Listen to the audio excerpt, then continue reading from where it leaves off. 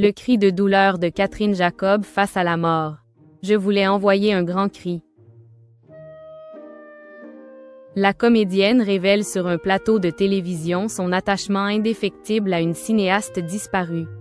Elle raconte également une méthode de travail unique qui l'a profondément marquée. La télévision devient parfois le théâtre d'émotions brutes et authentiques qui transpercent l'écran. Catherine Jacob offre ainsi un moment de pure sincérité lors de son passage dans C'est à vous ce 3 février. L'actrice accompagne Philippe Lelouch pour promouvoir la pièce Nuit d'ivresse de Josiane Balasco au Théâtre de la Madeleine. Pourtant, c'est un tout autre sujet qui enflamme véritablement son cœur pendant l'émission. Elle profite d'une séquence consacrée au réalisateur Alexandre Jardin pour évoquer une artiste qui l'a profondément marquée. Son témoignage bouleverse littéralement l'équipe et dévoile l'importance d'une collaboration artistique exceptionnelle. Une carrière flamboyante entre cinéma et télévision.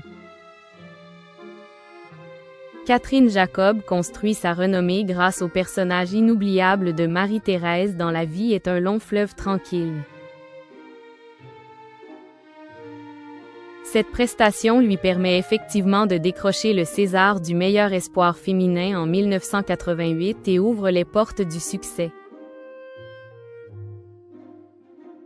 Elle enchaîne par conséquent les apparitions remarquées sur grand écran et sur le petit écran avec une régularité impressionnante.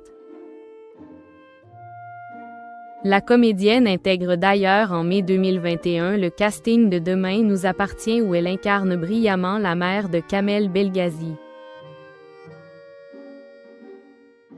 Catherine Jacob donne également vie à la grand-mère d'Emma Smith dans cette production quotidienne qui séduit des millions de téléspectateurs. Son retour sur les planches marque néanmoins une nouvelle étape dans sa trajectoire artistique déjà bien remplie.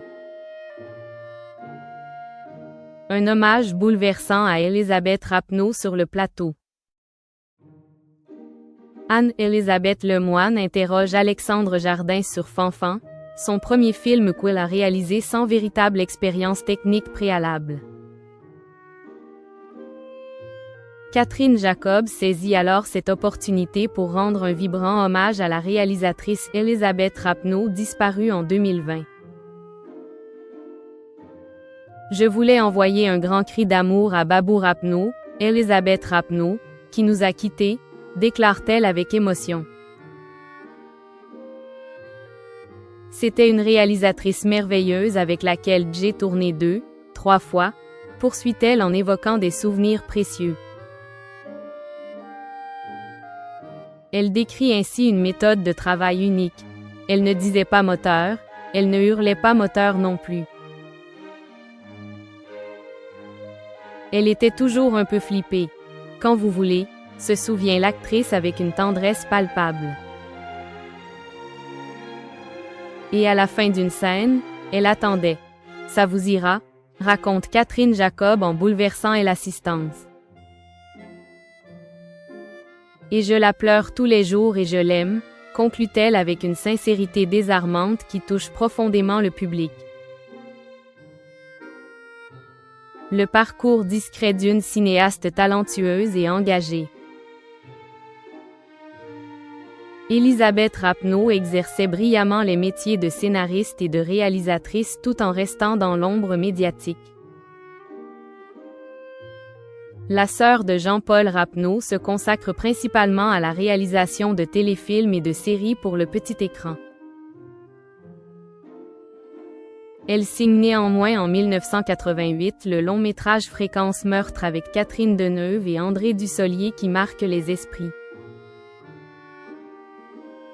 La cinéaste réalise par ailleurs plusieurs épisodes de la série Julie Lescaut qui connaît un succès populaire considérable. Elle participe également à l'écriture de scénarios pour son frère, notamment Le Sauvage et Tout feu, tout flamme. Catherine Jacob doit quant à elle faire face à un incident de santé sérieux le 15 juillet 2023 pendant le festival Off à Avignon. Son agent révèle effectivement aux Parisiens qu'elle a été hospitalisée d'urgence, un épisode qui rappelle la fragilité humaine.